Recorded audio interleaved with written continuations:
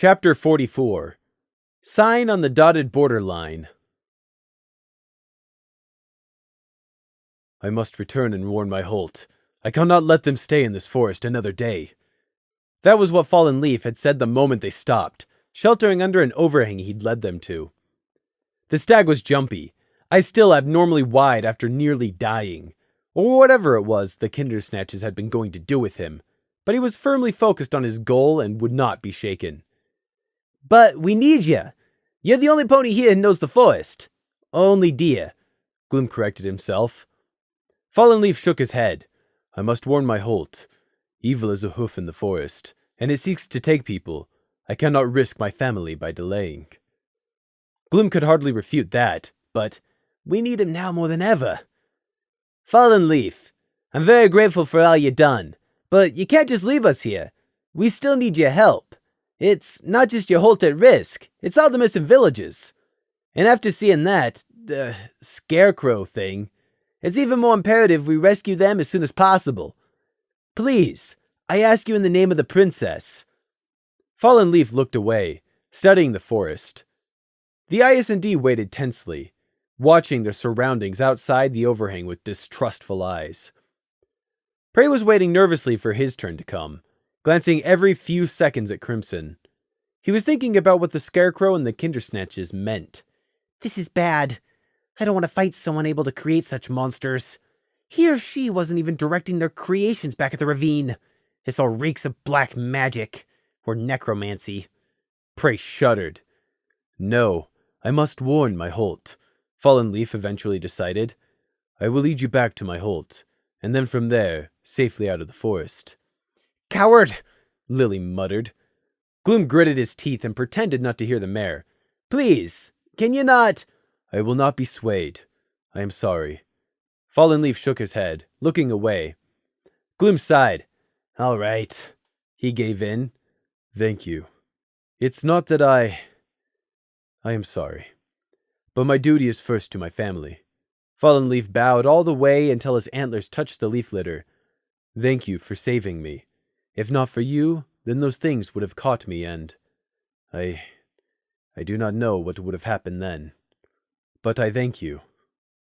Prey saw Lily blossom kicking a tree root in anger. You're so thankful you can run away like a bucking coward. We saved your life and this is how you thank us. No, it's fine. I understand. You were only in danger because you were helping us, so it's not fair to demand any more of you, Gloom said, rubbing his eyes with a leathery wingtip. So what do we do now, sir? Scenic asked. Prey raised his hoof and spoke. Captain Nighthawk is sending reinforcements to Alfalfadale. There isn't much we can do, except meet up with them when they arrive and go from there. Plus... Here, Prey swallowed distastefully. Nighthawk said a mage would be coming with wide-range scanning spells. They're our best chance of finding the villagers. And also our best chance of staying away from this dark mage. Let the Night Guard reinforcements confront them instead of us for once. I think Prey is right, sir. We need more ponies to be able to fight that Scarecrow. My wing blade just bounced off of it, Crimson reluctantly admitted. He'd been obsessively cleaning and smoothing down his feathers whenever he thought none of them were watching. That was funny for some odd reason, but Prey tried not to laugh. Laughing wouldn't help matters. Just give me a moment. Gloom concentrated, trying to feel any guidance from his cutie mark, but he got nothing, leaving only Prey's suggestion. That's probably the only thing we can do. I don't want to face that thing like we are now, Gloom admitted. Scenic looked very relieved by the idea of getting help, whereas Lily looked frustrated. I don't need anybody's help. The hero always beats the monster no matter the odds. Prey couldn't believe she was still thinking like that, even after having faced down the Scarecrow and the thrill of the battle had faded. She must really be a bit insane. It's the only reason that makes sense. Prey, Gloom called, getting the lamb's attention. You sure you're unhurt? I'm fine. It was just my backpack I lost. You called those things Kindersnatches. What do you know about them? Prey sucked in his breath. He'd known this was going to come up. Prey didn't want to think about what he discovered, but he knew he'd have to tell them eventually. He glanced nervously at Lily Blossom, wondering how the unicorn would overreact. Prey licked his lips. Well, they're from a children's story back home. If you cut down a tree out of season, evil spirits come and possess the stump.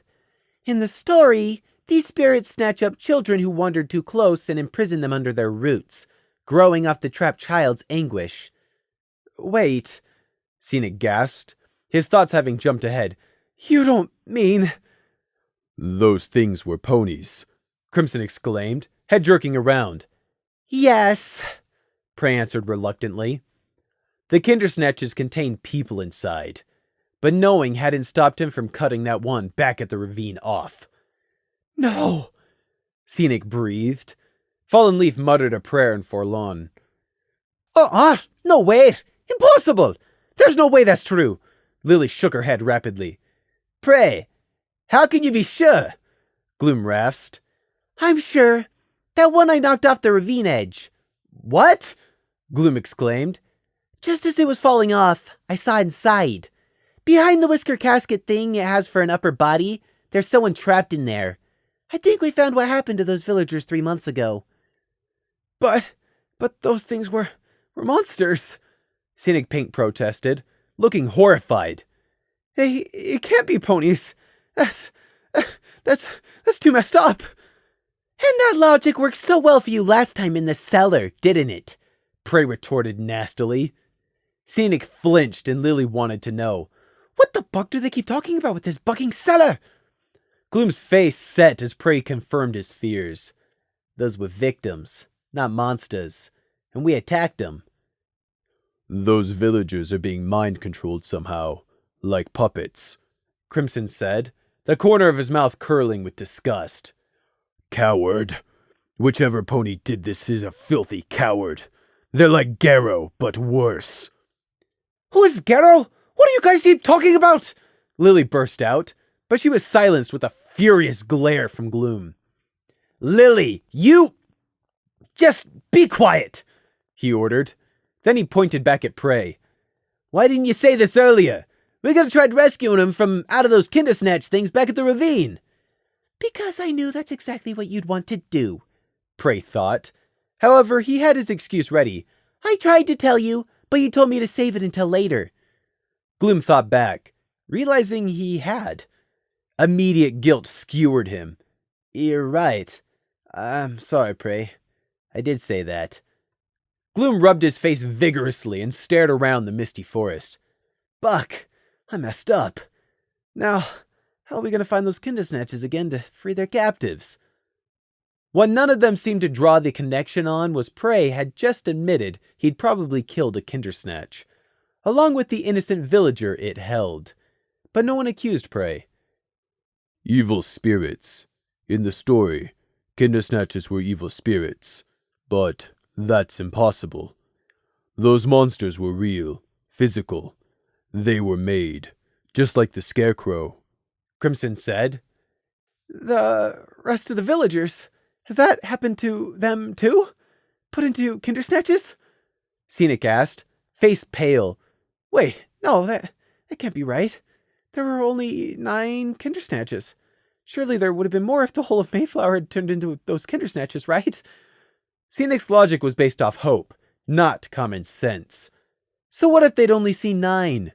Who said there couldn't be more than one group of roaming Kindersnatches? Or only one Scarecrow, for that matter? Gloom looked at Scenic's face of hope. How could he deny Scenic that hope? You're probably right.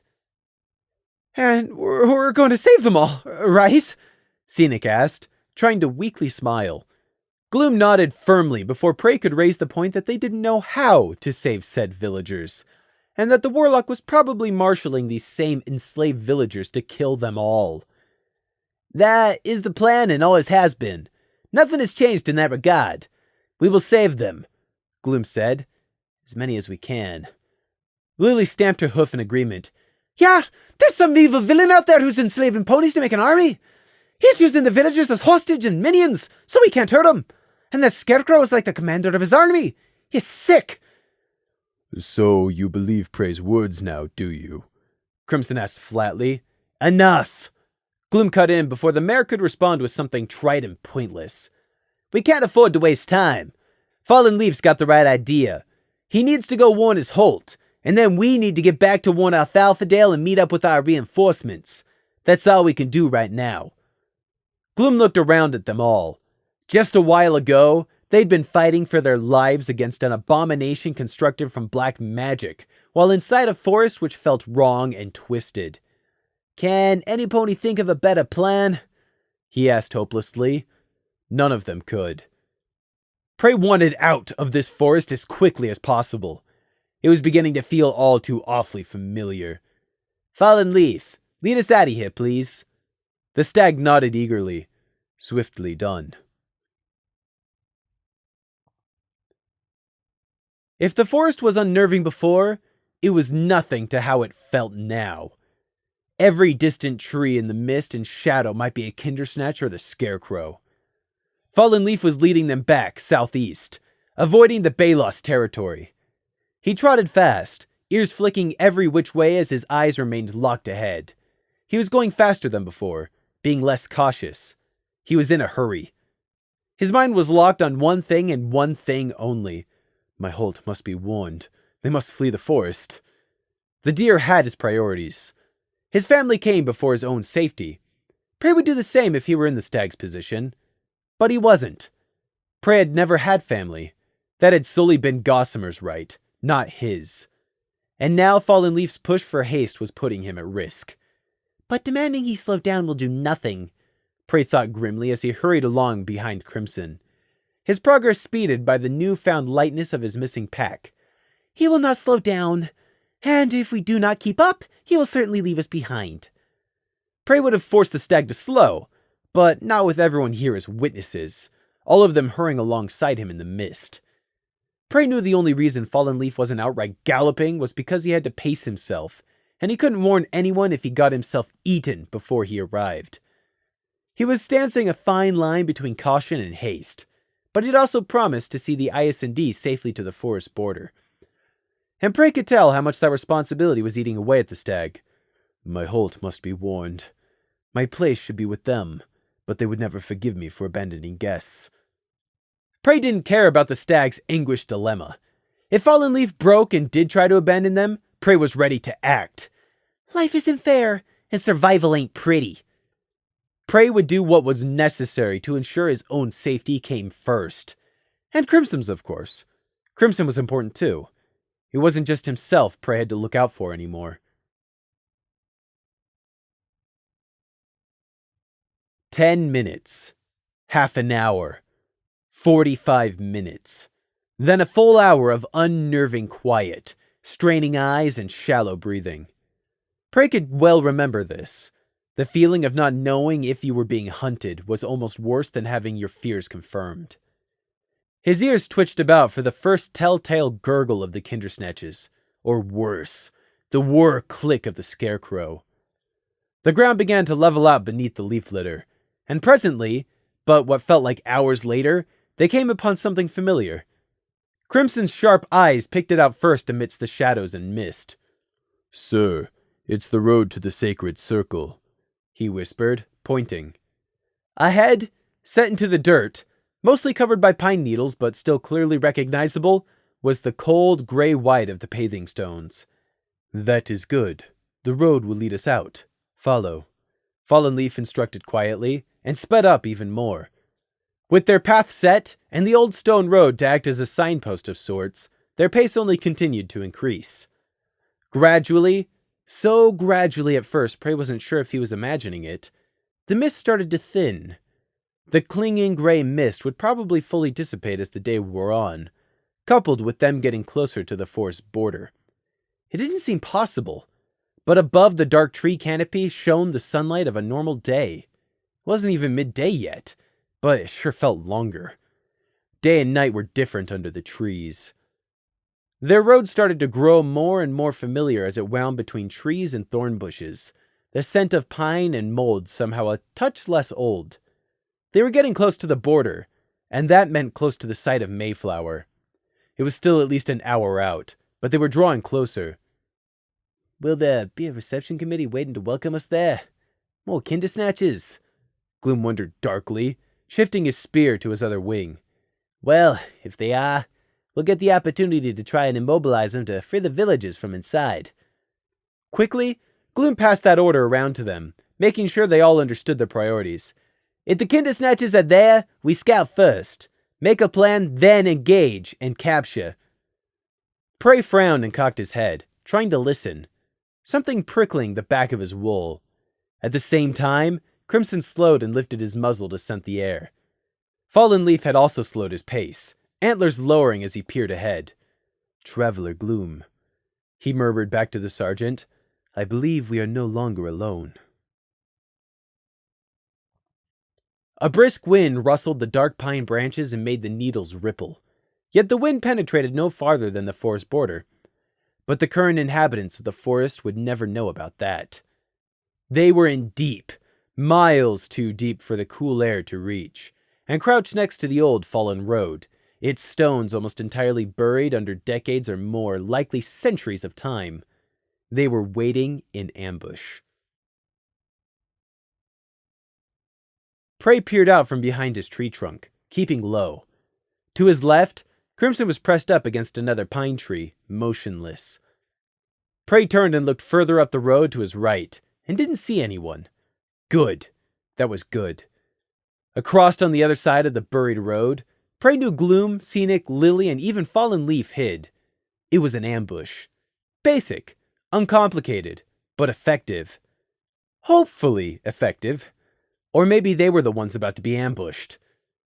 Gloom had grimly ordered their current division to surround the road, with the idea being for Gloom's group to attack from the front, and then Crimson to surprise them from the rear when they least expected him. If the group was too large, they'd just let them pass unhindered. Prey was supposed to stay out of any fighting. Fallen Leaf had refused to help, and had made it clear he was going to be taking off at the first sign of trouble. My holt must be warned. That is my first duty. And for that, I cannot die here. I have seen you to safety, but now I must take my leave. The stag had resolutely refused Gloom. Yet despite that, and his own declaration, for some reason Fallen Leaf was still here. The stag had kept his word, and guided them to safety. But he hadn't left the moment he was done like Prey was expecting. Guilt had made Fallen Leaf stay, because even if he knew he should be galloping back to his holt with all speed, the stag's conscience wouldn't let him just leave the IS&D like this. So here Prey found himself once again, lying in ambush, waiting. Prey had the better hearing. Crimson had the better vision. So Prey listened, and Crimson watched.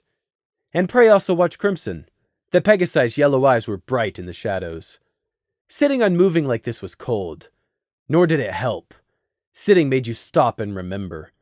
The Scarecrow, the Kindersnatches, and worse. This was just the sort of time the forest started playing tricks on your mind. Prey fought down the urge to swallow. They were not alone in the forest. Something or someone else was here. The IS&D knew it. But did this other party also know it? They all waited, breath shallow. There.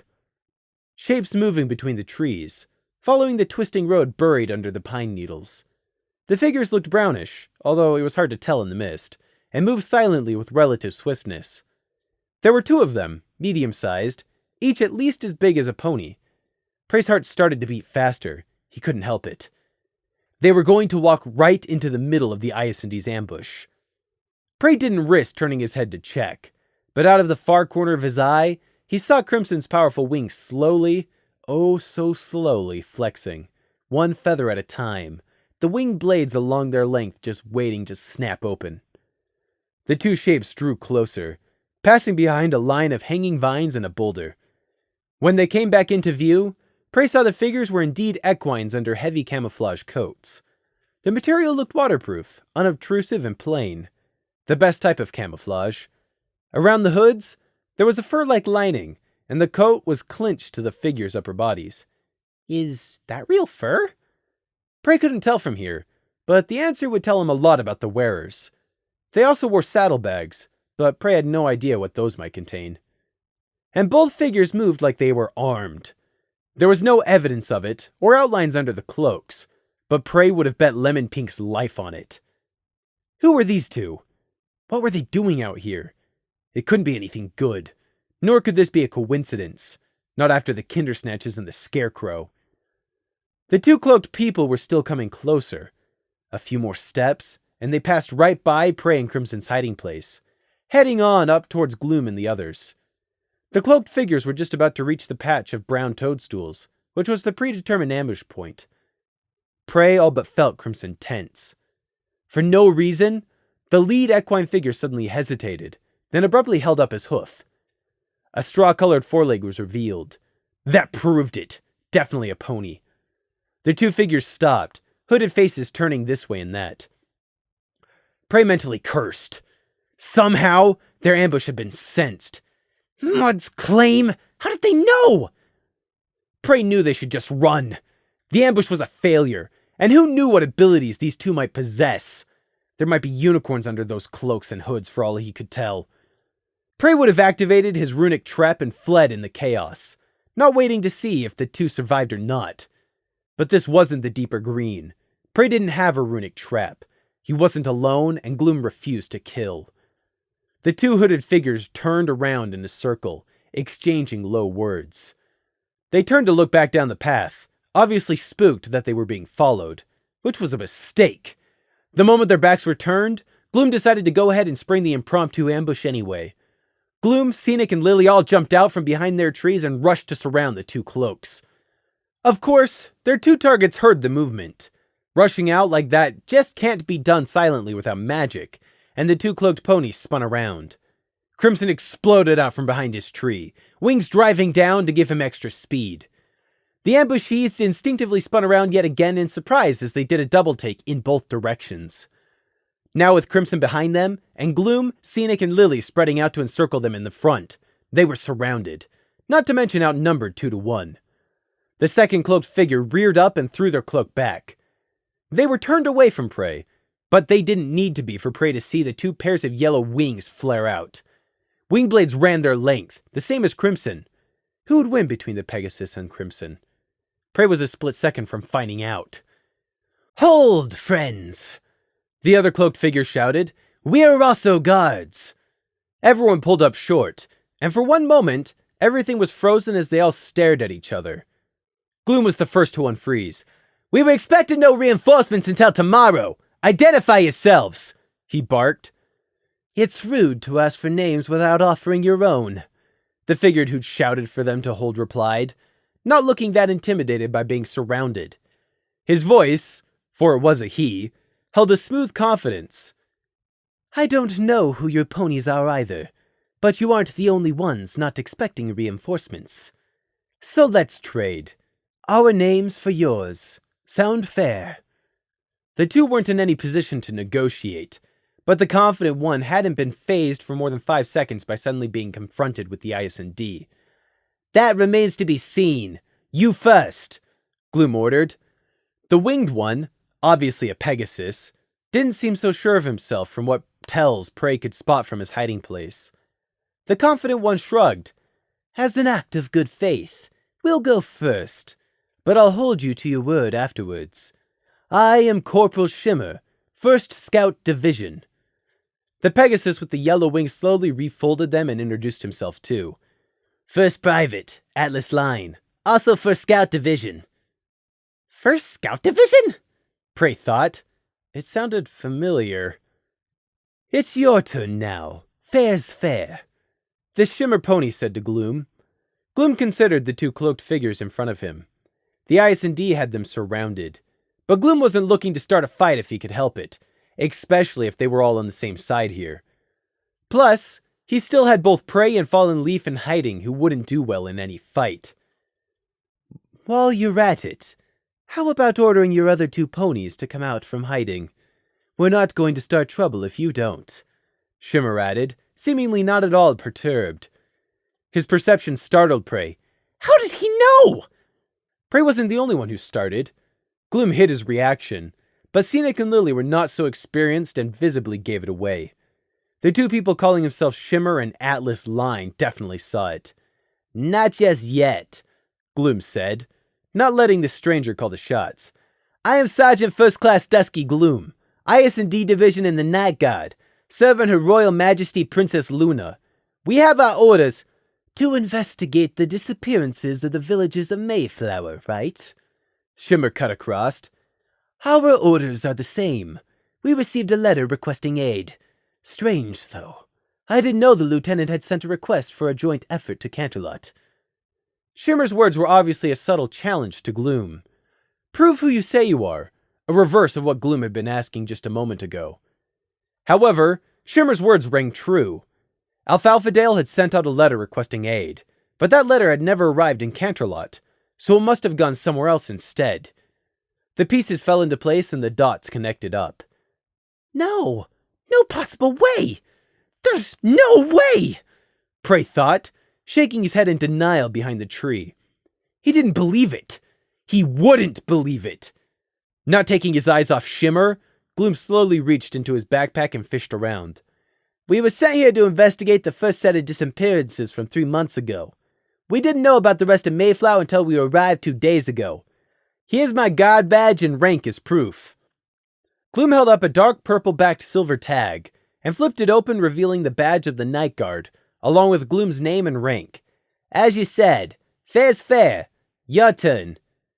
Fetch you a badge for the good sergeant, Atlas, Shimmer said, waving at his Pegasus companion. His companion snorted and flipped off his hood, revealing a dark beige face and proud orange eyes. Apparently this pony wore his guard badge around his neck at all times, because he proudly lifted it up and flipped it open. But Prey didn't need to read it to know where they came from because he'd already seen the helmet. Gloom read it out loud. Private Atlas Lion, 1st Scout Division of the Border Guard. Hate! Hate! It tasted like ash and bile rising up the back of Prey's throat. The Border Guard! His enemy! The Resistance's enemy! Captain Firestrike, Breaker, Fleece, Gossamer, and their mother! Everything he'd done! Everything they'd done! Prey was rational. He was always rational. I'm rational, Prey told himself. He was rational. Prey was not being rational. Prey could taste blood. He'd bitten his tongue. His hooves were shaking. He was shivering. But it wasn't from the forest chill. No, he felt hot. The Border Guard. 2 of them. They were right in front of him. Proud, self-righteous, alive. How dare they? Gloom was speaking, talking to the betrayers. They were talking back, explaining why they were here and asking Gloom the same. Gloom nodded, satisfied, and put up his spear. Prey, Fallen Leaf, join us, he called. Prey only barely heard him. His eyes were fixed on the 2 border guards. One beige, one straw-colored. Their all-too familiar armor wasn't enchanted. It didn't disguise their fur. He hated them. Prey's legs carried him slowly out by themselves, plodding forwards in a daze. How dare they? How dare they? Garrow's remnant was egging him on in the back of his head, crooning to see blood and gristle. For a dark moment, Prey's mindscape shook, non-existent chains clanking in the deep ocean, and Garrow fled. How dare they? Prey breathed, feeling like his head was about to burst at the seams, and the moment of dark need passed unheeded. Gloom was speaking quickly now, urgently, gesturing back the way they'd come. Mayflower, Scarecrow, Kindersnatch, Ravine. Prey heard the words as background noise. Gloom's lips were moving, and more words were coming out. Prey didn't hear them. His eyes wouldn't leave the 2 ponies in their midst. Shimmer pulled off his hood, a straw-colored unicorn. Prey shuddered. What am I doing? A small part of him wondered. He was projecting too much. It was going to make him slip up. But he just hated them so much! Atlas Lion was looking warily deeper into the forest and mist, asking short questions. When? Where? How big? Fast? The buzzing was so loud in Prey's head that he couldn't focus on what he was picking up from the 2 border guards. Calm down. Calm down. Prey told himself. It wasn't helping. Fallen Leaf was joining in, giving his own brief rundown of what had happened. Unnatural. Wrong. Kills for pleasure. Prey had no weapons. No bone rot, poison, or blinding powder. His pack was gone, along with the 2 runic inlaid knives he'd pre-prepared. All he had left was his touch. He could do it. Reach out, break their minds, shatter their souls. No! I'll be caught. Everyone will see. 57 years. They're not the same border guards. All of those are dead. Prey realized Shimmer was doing most of the talking, asking lots of earnest questions, but even then, felt like the unicorn was always staring sideways at Prey. Prey willed himself to focus, to see why the unicorn might be looking at him. I can't hear him, Prey realized. I can't hear him! Shimmer was like Crimson and those few rare individuals Prey had met whose thoughts, for one reason or another, were hidden. Shimmer was a blank spot in front of him, a black wall of nothing. I can't hear him, Prey thought, and now there was panic mixing with his blistering hate. The buzzing thrummed in Prey's head and veins. Gloom was still talking. Night Guard reinforcements coming. Train. Alfafadale. Message in a bottle. What are your own orders? Scouting division. Just arrived. We'll report back. You should help us. Gloom was not so sure. He shook his head. Scarecrow. Dangerous in there. Got to Mayflower villages. Rescue from kinder snatchers.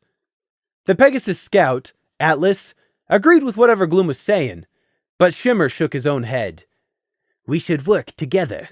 That's our best chance. Atlas quickly changed his opinion to agree with his superior. No. Prey did not want the 2 border guards to work with them.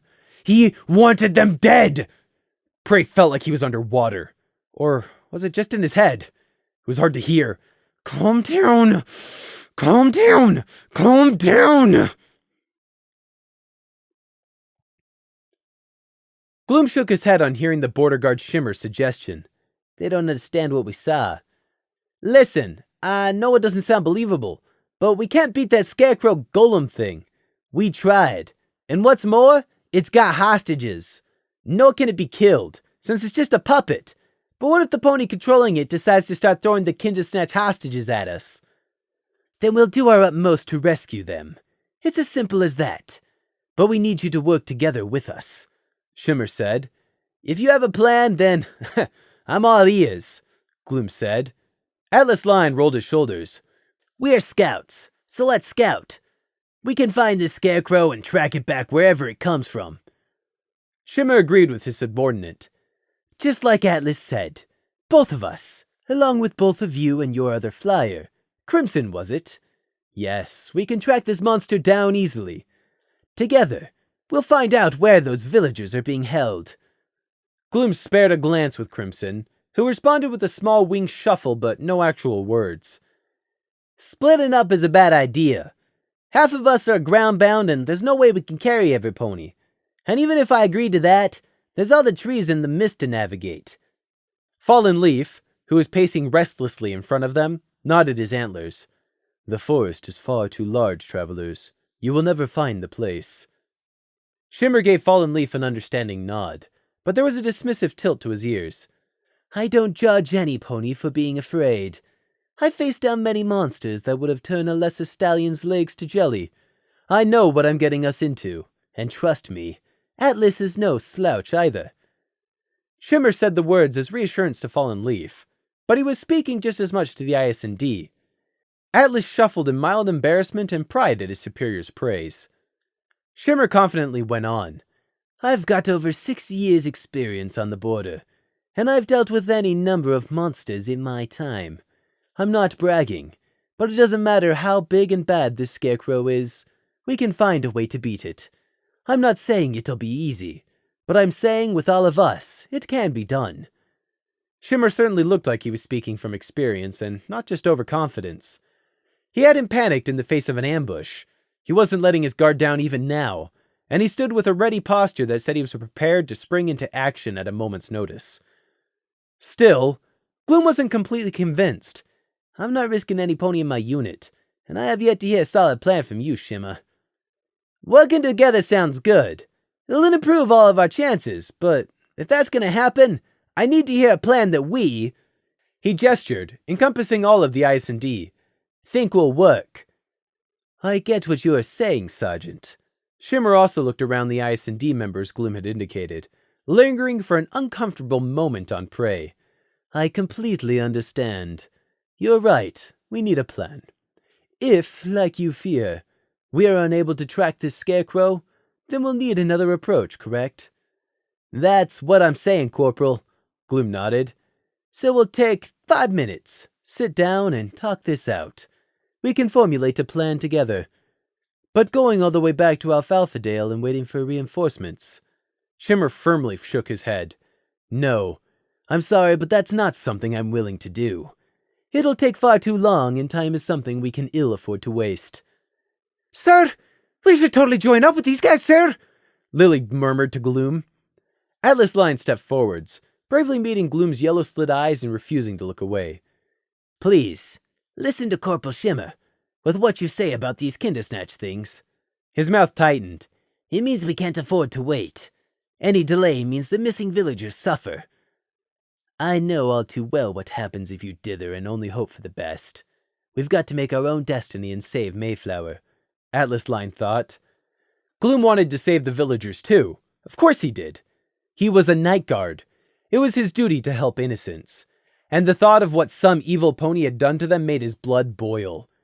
If he knew for a certainty that joining these 2 border guards was the correct course of action over waiting for reinforcements, he would do so in a heartbeat. But he wasn't sure, and that was the point. His special talent wasn't giving him any hints, and he didn't know if his choice might condemn the villagers of Mayflower to agony, violation, or possibly even death. The mere thought made his heart clench in fear. Gloom remembered something Lieutenant Screech had told him once. Sometimes the worst thing you can do is to do nothing. Gloom didn't know what he should do, so he was going to go with what felt right. I agree. We can't wait around for help to arrive. We've got to act now, Gloom announced. Atlas Line sighed in relief. Shimmer nodded his head in thanks and opened his mouth. Crimson cocked his head. Fallen Leaf raised his hoof to interject. But before anyone else could say anything, Prey exclaimed, No! You can't do this! Gloom's ears went straight up in surprise at Prey suddenly speaking. After everything, the Scarecrow, the near escape, the Kindersnatches, mist, paranoia, and all these sudden developments, Prey had almost been forced from the Thestral's mind. Now he blinked uncomprehendingly at the lamb. Huh? What? No! We can't work with these 2, Prey hissed, drawing closer to Gloom. We can't work with them! You can't trust them, don't you get it? There was a strange almost slur in Prey's voice, and his eyes were wide. Atlas Line seemed completely bemused by this sudden outburst. He raised his eyebrows at his corporal, then around at everyone else. What is this now? We are here to help, Shimmer said, frowning down at Prey. I don't know why this fool doesn't trust us, but we've only just arrived here. There was literally nothing we could have done that might have upset the villagers. Was her rescue expectantly traumatic? That would explain her hostility. Rescue? What are you talking about? Gloom asked. Don't speak to them! Don't trust what they're saying! Prey urged Gloom, glaring at the 2 border guards. Shimmer looked surprised. You mean to tell me she isn't one of the villagers you rescued? I'd thought...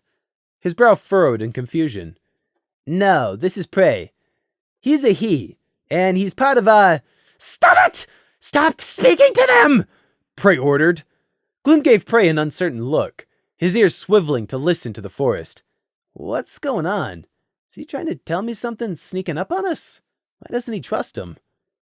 Shimmer stepped forwards, lowering himself to get down closer to Prey's level, ignoring the way Prey drew back in loathing and Crimson twitched reflexively. Shimmer smiled at Prey. Hey now, I don't know what's wrong with you, but I promise we're only here to help. You can trust us. We're here to help. Trust you? Never! Prey squeaked. Go away! Shimmer's eyes flicked up to Gloom and gave the sergeant a look which clearly said, "I don't know what's going on, but I am doing my best." The unicorn put on an even more obviously friendly smile for Prey. Prey couldn't hear anything from the stallion. He couldn't tell whether Shimmer meant it or was planning to gouge Prey's eyes out and sticking them on the end of his horn. Prey chose to believe the worst. He wanted the border guard dead this very second. Trust has to be earned, yes. However, you don't have to trust me if you don't want to. In fact, it's smart not to. We are strangers after all. But that doesn't mean we're going to go away just because you say so. Me and Sergeant Gloom have an important job to do. With his piece said, Shimmer straightened, turning his full attention back to Gloom. We can't afford to delay. We need to talk and... You can't trust them! They're liars! They turn up out of nowhere and want your help. There's no way that's a coincidence. They're just looking to stab you in the back! Us in the back! Prey snapped through gritted teeth, alternating between glaring at Shimmer and at Atlas. Everyone else was completely thrown by this excessive hostility. Shimmer sighed impatiently, his cloak settling as he shifted his weight onto his other hoof to fully face Gloom. Sergeant Gloom, we don't have time for this foolishness. If you could please put the lamb aside, we can get on with the business of saving villagers. How dare you! Would you give me and Prey a minute? Gloom interrupted, grabbing the lamb by the scruff of his wool while his back was turned and dragging him off to the side. Don't touch me! Prey twisted free of Gloom's grip. Quiet! We need to talk! Gloom snapped, still forcing Prey backwards. Shimmer pursed his lips, cast an exaggerated look at the forest around them. Now is hardly the time. Gloom mentally agreed, but he had to speak with Prey. He couldn't just ignore the lamb. He owed Prey that much. We'll only be a minute. I'm sorry, but we really need to speak. Better make it fast then. Who knows how long the villagers have while we delay? Shimmer warned. Prey opened his mouth again, but Gloom jabbed a hoof. No, be quiet. We're going to talk, he ordered. Prey's wide eyes turned to Gloom. He glanced furtively back and forth between Gloom's stressed-out scowl and the others. Crimson! Prey suddenly exclaimed. Gloom paused. Prey licked his lips. I want Crimson to come talk too. Gloom screwed up his brow and glanced back over his shoulder. Crimson, he offered the Pegasus. Crimson looked back blankly, just as unsure about the sudden change in Prey. Prey ignored the rest of them. Whatever they were thinking, he didn't care. He only looked up at Crimson, trying to silently convey with his eyes that the Pegasus needed to come with them. Uncertainly, Crimson trotted over. The three of them stood about 10 paces off from the other 5. Lily and Scenic were looking back and forth between the 2 border guards and their sergeant, while Fallen Leaf made up his own singular 4th group in this conflict. Around them, the forest leaned in to listen. Gloom lowered his voice. We don't have time to mess around, Prey, so tell me, what's going on? I don't trust them. They're dangerous. Send them away. We can do this by ourselves, Prey immediately said. Where's this hostility coming from? And why don't you trust them? They seem to be on the level, and what they propose makes sense, Gloom responded. I don't trust them because they're lying. I know it. No, you don't know. You just hate them. Crimson spoke slowly, peering into Prey's face. I saw your eyes. You hate them. Really hate them. Really? Is that true, Prey? Gloom asked. However, he didn't need to wait for Prey's reply when the answer was so obvious. But why, Prey? You've never even seen them before today. I don't have to have seen an ice viper before to know what it is. Gloom hesitated, but he had to make a choice here. You hate them for some reason, but you won't tell us what that reason is. I can't just accept that if you won't tell me why. Prey opened his mouth hotly, then froze. No, I can't. Prey, look at this from my point of view. I trust you, but we can't do nothing. If together we can come up with a plan to save even just one of the villages from the Kindersnatches, I'm taking it. The villages come first. You understand that, right? Prey glared at Gloom. But what could he say? Crimson and Gloom didn't understand. They didn't know the border guard like Prey knew. Gloom scowled when Prey didn't immediately confirm they should save the villagers over everything else. Don't you care about them? Of course I do. You think I'd want to leave anyone to that fate? Prey protested, but he was lying. He didn't really care. Right now, he wanted Shimmer and Atlas dead.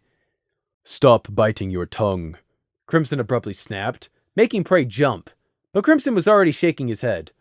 No, sorry. I just meant, can you please stop? I can smell the blood on your breath. I don't like it. What? Prey hadn't even realized. Crimson rapidly shook his head. Never mind. Forget it. That's not what's important right now. He looked Prey in the eyes, and Prey felt like for a moment that Crimson could see so much deeper than he ever wanted anyone to see. It's because Shimmer is a unicorn, isn't it? What? Gloom exclaimed, only just about managing to keep his voice down to a hiss. Prey took a step back instinctively. No, he thought, panicking. That's not true. You don't trust Shimmer just because he's a unicorn? Gloom demanded. How could you be so racist, Prey? I thought you were better than... Wait, is that why you're so negative about Lily Blossom? No, I never... That's got nothing to do with that. Lily's hot-headed, arrogant, and unsafe. That's the reason why I don't like her. You're lying, Gloom stated, eyes narrowed. Don't deny it, Prey. I can feel it. You're lying. This was exactly how Prey had feared Gloom would react. Crimson gave Prey a slow shake of his head that seemed to be apologetic, but also uncompromising. You're supposed to help me, Prey thought, his heart sinking.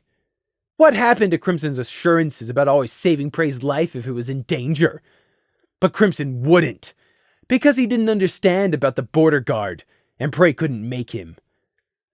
Prey tried to think up a denial, but his head was a mess of worry and panic over the two border guards, mixed up with old memories, what Crimson thought of him, the Scarecrow, whomever was controlling it, and now this. No, it's not like that. I just... They weren't believing any of it. Prey could see it in their eyes. That's none of any of your business. Maybe if you hadn't let Lily Blossom mess up everything so much, then we wouldn't be having this problem. Moon rot this, Gloom hissed. He was disappointed in Prey, but mostly just angry at him for wasting precious time right now. Can you only ever think about yourself, Prey? Gloom demanded, despite knowing it wasn't true. You promised me you would do your best to keep us alive in here, but I'm realizing you never promised anything about any pony else. If you aren't willing to do your duty and look to the villagers' well-being, then I'll do it instead. Shimmer and Atlas are offering a chance I'm not going to pass up. Gloom strained his wings and turned around. Prey was left gaping as he still tried to come up with an excuse, afraid of what Gloom would do with this knowledge now that he knew Prey was terrified of magic and unicorns. None of them had the time, but Gloom still paused for a moment. I know you're scared, Prey, but that's only a reason, not an excuse. Me and Crimson would never leave you behind, so don't think it's okay to leave these villagers behind. Prey saw Shimmer watching them closely, watching him, as Gloom walked away. Prey couldn't believe it. Gloom had dismissed him in favor of these two filthy traitors border guards. Hadn't they worked together? Fought together? Survived together? Prey didn't care about the stupid villagers. This wasn't about them. It was about Shimmer and Atlas worming their way into the IS&D. Liars! Traitors! Deceivers! But Crimson was here. He still had a say in the matter. Crimson had saved his life, so that meant he wouldn't so casually dismiss Prey's words. Crimson shook his head just once at Prey. No pony is born any better than any other pony. Trust me, Prey. I know from experience. You are being racist and wrong. But you're not a bad pony, Prey. Just misguided. I can explain why it's wrong to you if you need, he offered. Prey gaped at him. Later it is, then. But right now, Prey, we all need to work together. You said you would do anything I asked, didn't you? Yes, was all Prey could say. Then from now on, never be racist again. Prey stared at the leaf litter between his hooves. This wasn't fair. He was only trying to keep him and Crimson safe. Why couldn't anyone else see this? But they killed Breaker, he whispered. Pardon? Nothing. Pray quickly shook his head. I'll try. What else could he say, even if it was a lie? It was Crimson who was asking. He owed Crimson. Crimson gave Prey an encouraging nod. Good. Come on. Sergeant Gloom is discussing a plan. They will need our help. My Holt must be warned, Fallen Leaf stubbornly insisted, shaking his head in answer to Gloom. He spoke with calm seriousness, but the white of his tail was still flared even now in fright. There was still dried blood in Fallen Leaf's fur from the numerous small cuts and thorn punctures he'd taken, but the stag's minor hurts and fear didn't matter to him when he thought about his Holt, waiting oblivious of the danger for his return, even while the Scarecrow, Kindersnatches, and who knew what other dark creations roamed the forest. Prey hated the stag. He hated everyone right then. The deer were going to be escaping the forest, while he was forced to stay inside. It was a bitter realization. Prey flexed his hoof, glaring from under his brows around at everyone. He imagined wiping all of their memories, killing the 2 border guards, and then restarting everything over again. But he'd never be able to pull it off. Everyone was on guard, and there was no way to get anyone alone one at a time. He'd be caught straight away in any attempt. Gloom was still trying to convince Fallen Leaf to stay and act as a guide while the rest of them all looked on. Shimmer and Atlas, who did not know the stag, were watching the exchange neutrally. There's more of us now, and we'll have a better chance of rescuing the Mayflower villages. You know your way around this forest. We don't. If we encounter the Scarecrow again, we'll also have a better chance of defeating it, which will keep your Holt safe too, Gloom reasoned. No, it won't, Prey thought. This won't protect anyone at all. It's just going to get everyone killed. Gloom's argument was not swaying Fallen Leaf. Even Scenic and Crimson tried adding a few words that didn't do any good. We kinda did save you, so could you maybe help us out, please? Ponies are in danger! You have to help! It didn't work. Fallen Leaf just repeatedly shook his head, looking guilty, but not willing to change his mind. Shimmer sniffed and turned his head away. Fine. In that case, you can leave. Go back and warn your family, he dismissed. Next to the unicorn, Atlas seemed almost surprised by his corporal's abrupt attitude, but Shimmer didn't seem bothered by what anyone else might say. Shimmer pointed off into the forest while staring Fallen Leaf in the eye. Go on. You obviously don't want to be here, and we don't want to waste time trying to convince some pony who's not committed. So go on. Leave. Gloom made a movement to disagree, but caught himself, frowning. This was the exact opposite outcome from what he'd been trying to achieve. The border guard corporal had just completely undermined his attempt to convince Fallen Leaf, but Shimmer didn't appear perturbed as he held his pose, waiting for Fallen Leaf to either follow his pointing hoof and leave or give in. Letting me go just like that? Why? Fallen Leaf had not been expecting this, but his guilt only held him back for a second in the face of his duty. Then I will take my leave immediately. My Holt is... I must get back. Fallen Leaf bowed low to the dirt.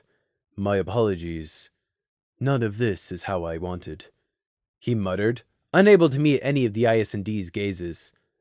Keeping his gaze lowered, Fallen Leaf turned and cantered quickly off back up the broken road before anyone could change their minds. Prey watched his antlered outline fade into the mist and wondered if the stag would survive. That's him gone and enough of our time wasted. I must apologize, Sergeant Gloom. I didn't talk that out with you first, but we had no time, and arguing further with that stag would have been pointless. If he wasn't going to help, it was best he just leave. I am sorry if my method left a bad taste, but it was for the best. No, you're probably right, Gloom said. The villagers! We gotta save them from this villain's clutches, and quickly too! Lily broke in.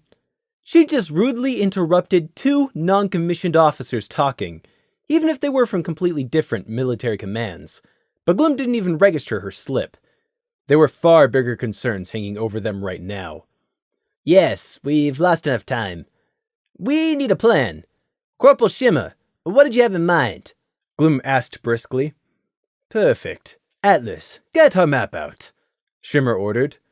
Gloom was about to order Prey to do the same so they could compare the two, but then remembered the map had been lost along with Prey's backpack. Moon, damn it. That means Prey has no rations or water either. Doesn't matter. We'll just share ours. Atlas Lion was pulling stuff out of his pack, looking for the map. Shimmer flicked his tail curtly. Hurry up. Sorry, sir. I know it's in here somewhere. Leaving aside his subordinate for the moment, Shimmer turned to Gloom, speaking in a quick, all-business tone. First things first. What are your strengths? I'm a unicorn of Tier 2 with experience in scouting. I have a detect life spell, so I always know when anything living is nearby, and my special talent is camouflage magic. Atlas Lion is an excellent flyer, and his special talent is making and reading maps from an aerial view. How about your team? Prey held his breath, waiting to hear what Gloom would say. Will he lie? Try to keep the sensitive stuff secret? He'd better, or else. Gloom realized he didn't have a summary of his squad prepared like Shimmer did. We haven't got anything like that. Two of us are completely new, and all we ever do is scrape by. However, Shimmer was expecting an answer. Gloom just wanted to get on with making the plan, but Shimmer's inquiry was completely reasonable. They just met, and they needed to start working together as quickly and effectively as possible. An exchange of information and abilities was the best way to do this. Gloom thought fast. I'm Sergeant Gloom. I'm a Thestral. Me and Crimson both came from the clans and have excellent night vision. My special talent is knowing when I am traveling along the right path. Gloom didn't add the sometimes he was thinking, and quickly moved on to the others. Crimson is the fastest flyer of us two, and he's likely the best wingblade you'll ever meet. Atlas Lion made a dubious noise in the back of his throat, but he was otherwise a bit busy rummaging with increasing intensity for his map. Because of his special talent, Gloom lied with a straight face. If Prey had cared more right then, he would have watched for the Red Pegasus' reaction to Gloom's lie, but Crimson had ignored his dire warnings about the border guard. Prey ground his teeth. Crimson could go and get stuffed right now. And this is Prey. He's with us. Don't think of him as a fool. He's actually very intelligent. Flattery would get the sergeant nowhere. In fact, it only made Prey hate Gloom more at that moment. Gloom hurriedly moved on, maybe sensing Prey's seething anger, or perhaps just keen to skip over why he had a child under his military command. Scenic and Lily are new. This is their first mission with us. They're trained as royal guides. That was all the complimentary information that Gloom could think up for the two of them right now. Shimmer nodded at what he'd been told, a serious, deeply considering look on his brow.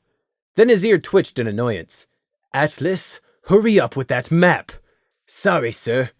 The Pegasus apologized, digging through his whole pack, embarrassment tinging the tips of his ears red in frustration. Where the buck could have it gone? I know it was here. Shimmer sighed in frustration, and his horn briefly flashed, and Prey's heart jumped into his throat. Check the zipper on the other bag. Left cheek, Shimmer said tersely. No, I didn't put it in. Oh.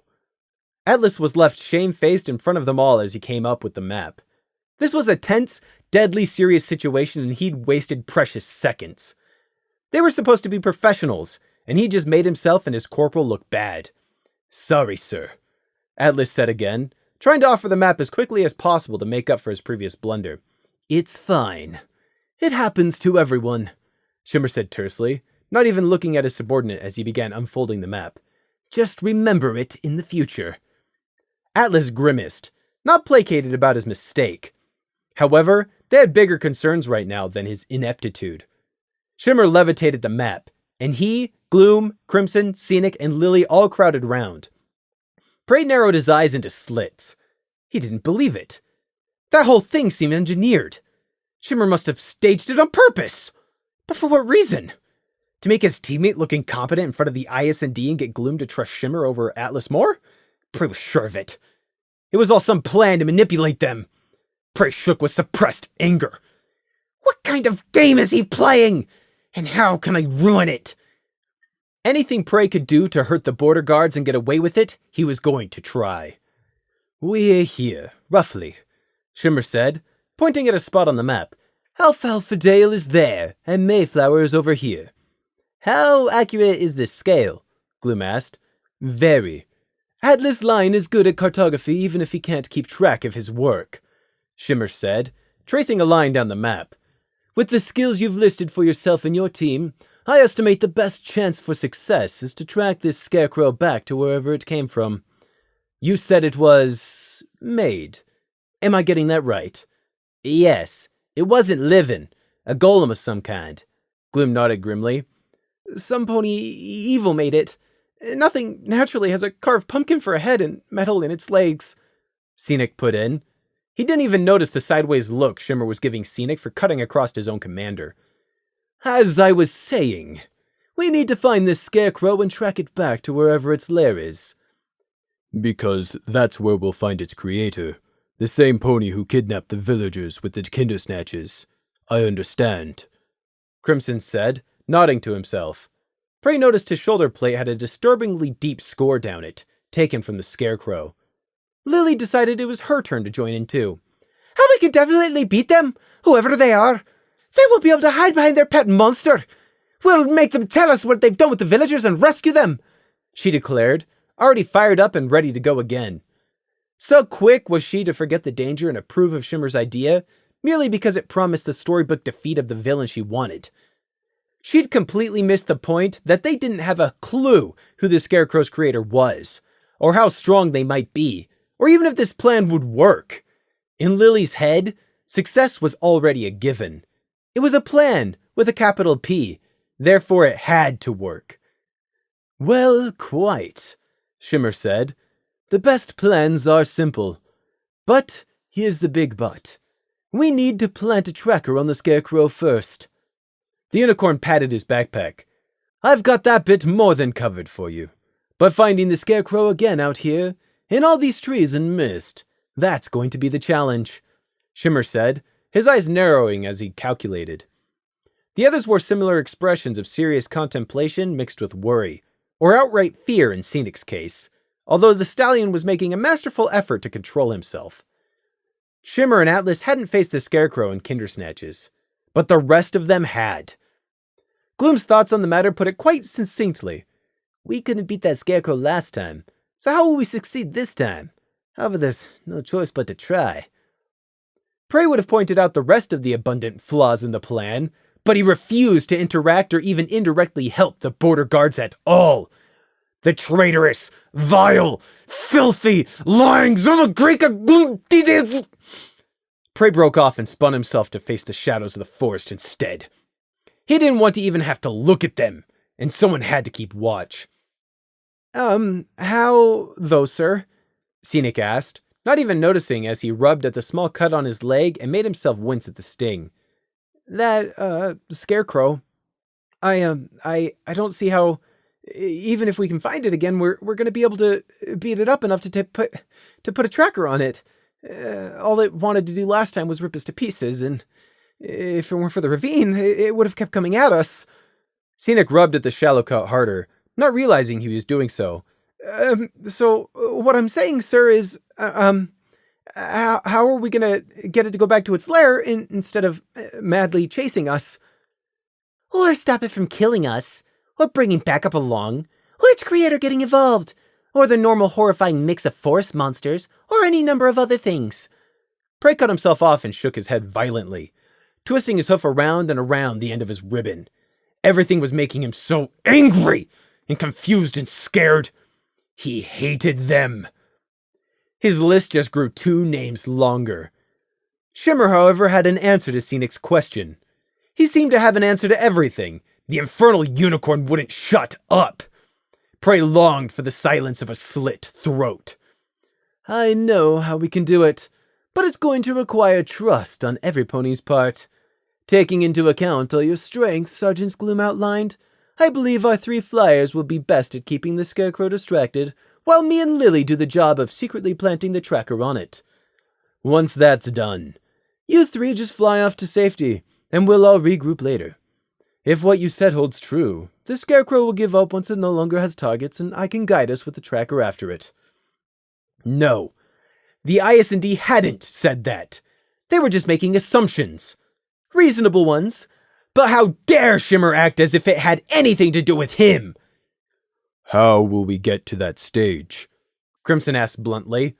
I mean, how will we find the Scarecrow? Or is the plan to let it find us? Shimmer patted Atlas and Gloom on the shoulders, making Gloom's wings tense in alarm for a second in surprise. That's something Sergeant Gloom and Atlas will have no trouble with. If they put their special talents together, I'm certain you can pull it off. Prey let out a bark of giggling laughter. It sounded completely false and forced, and he didn't care. There's no need to worry about that, he says. Good call, because here the Scarecrow comes right now. A second of frozen silence iced over everything. The mist a blanket of stillness. The second didn't last long. Out of the mist came a sound, slowly getting louder, closer, a war-click skittering. Louder, like a giant spider moving closer. Everyone could hear it now, but none of them seemed able to move. How had it found them? If they ran, would it simply follow them again? Prey's eyes were riveted on the direction of the approaching sound, but he was still able to pay just enough attention to his surroundings to hear that everyone had stopped breathing. He himself was also holding his breath, unable to help himself. Louder. War click skitter. Why were they all just standing here? Prey began to back up. A flicker of orange light. It vanished. Came back a second later, stronger. Then again, brighter, as the Scarecrow came closer. Its body was still hidden, which made it all the worse. The horrible skittering noise sounded like it was on top of them already. Gloom finally seemed to remember what was going on as he saw Prey backing past him. He snapped from whatever stupor had frozen him. Get a grip! Here it comes! Now's a chance, Corporal Shimmer! We'll mark it, then we run! With a snick, Crimson's wing blades flicked out as he moved forwards to place himself in the Scarecrow's path. Atlas Line saw Crimson and hurriedly followed his example, moving to block whatever's coming out of this mist. Here it comes, Shimmer said in a low voice, horn lighting up as he backed up to get some distance. Brace yourselves. Prey's mouth twisted in hate. Protected by a border guard? Me? I refuse! The Scarecrow charged out of the mist in all its awful glory. Orange light still flickering on and off from the knife wound Prey had dealt it earlier. The damage looked no more significant than a bee sting. It all happened at once. Lily let out a gleeful shout, "Come get it!" and fired. Gloom, Crimson, and Atlas all charged. Prey heard Shimmer let out something that was probably a curse word, and Scenic froze up again.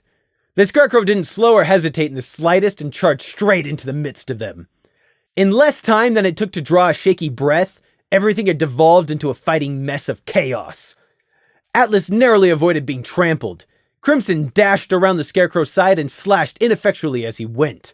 Gloom stabbed and backpedaled, and Lily shot it with her useless concussive spell. There was nothing Prey could do. He was helpless in this fight. Again! He had no resources or way to damage the Scarecrow.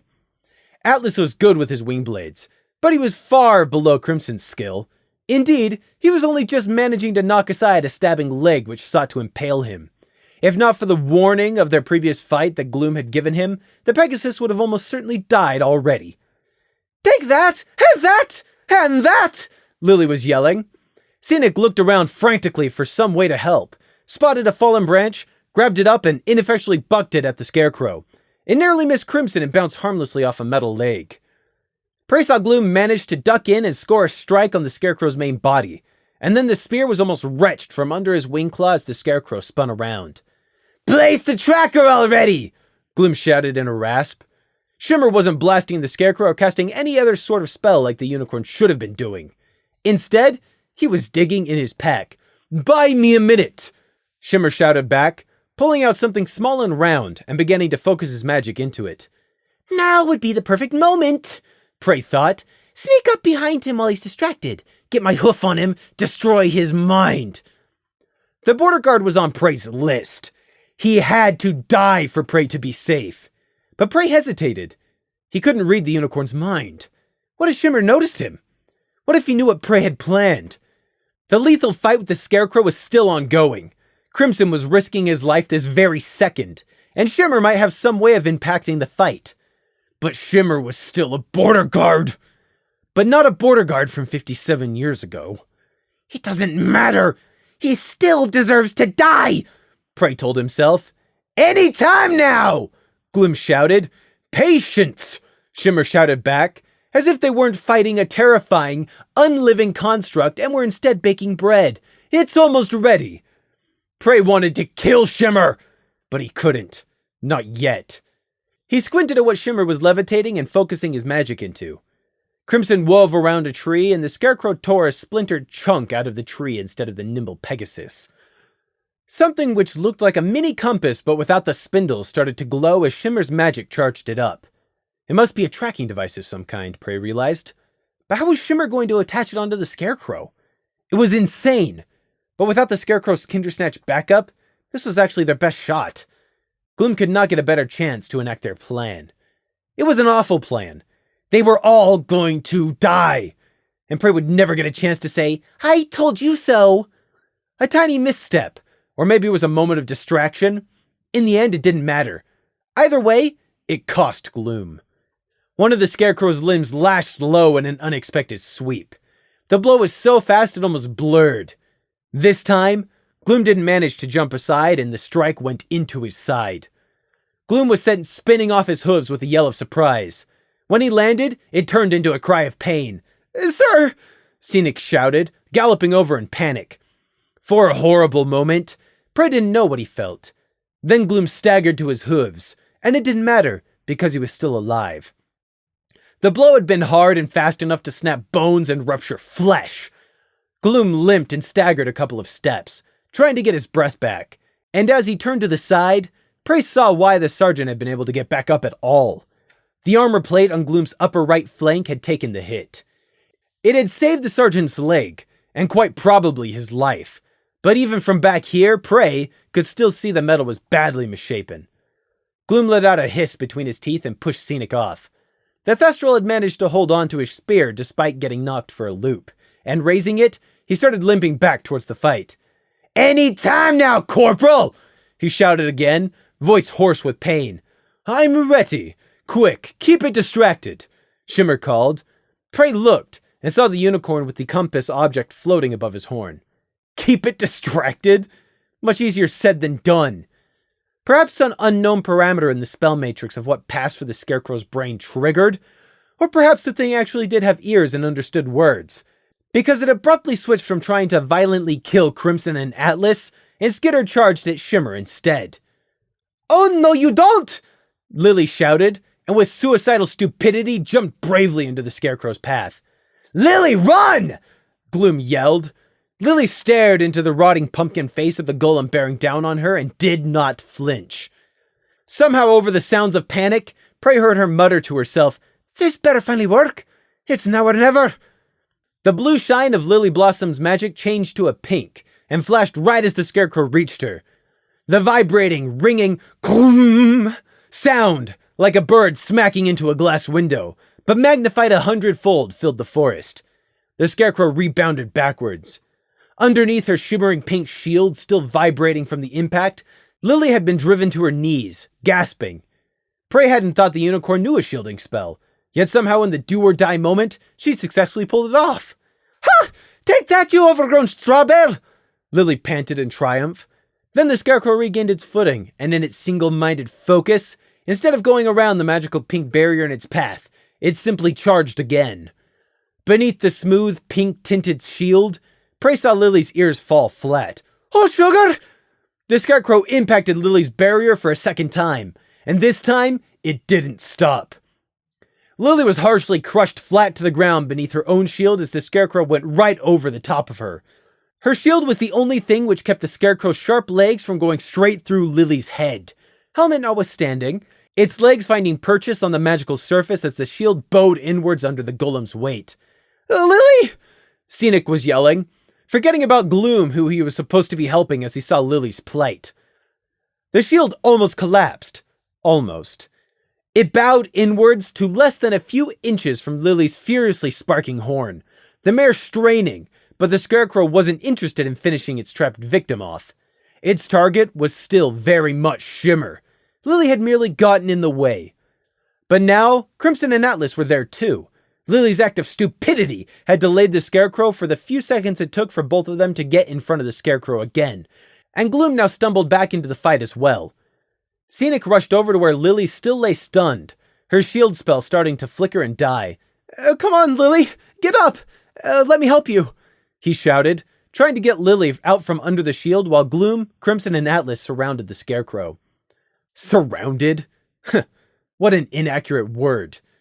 The three of them might have the Scarecrow in their midst, but it was not it who was trapped. They were the ones in danger, yet Crimson did not hesitate to jump up, a flap of his wings giving him extra height, and slash at the Scarecrow's legs, trying to hit something in the joint. Got it! Shimmer shouted. Prey's attention darted back to the unicorn for a second to see that the compass tracker thing which he'd held had split in two. One half remained with Shimmer, and the other darted forwards in his green aura. The little half wove above the Scarecrow's head, then jabbed down onto the middle of the golem's back. Why doesn't he use his sword and do the same? Prey briefly wondered, before remembering that normal blades had so far achieved nothing. The Scarecrow didn't notice the tracker landing, and by some magical means, nor was the tracker shaken off when the Scarecrow jerked forwards at Shimmer again. The unicorn had a light of triumph in his eyes, but when the Scarecrow charged him again, ignoring the other three guards harrying it, his look vanished and he retreated. Come on, Lily! Scenic was begging Lily, pulling the groggy mare to her hooves. I got this! I can do this, just watch me! She was mumbling, pressing a hoof to her horn. And Prey? Prey was useless. All he was doing was hiding behind a tree and watching this all unfold. He was even less used than Scenic at this moment, but there was nothing he could contribute to the fight. Now he could only watch helplessly as Crimson, the one person he owed, throw himself into the Scarecrow's path to protect Shimmer, a border guard and a unicorn.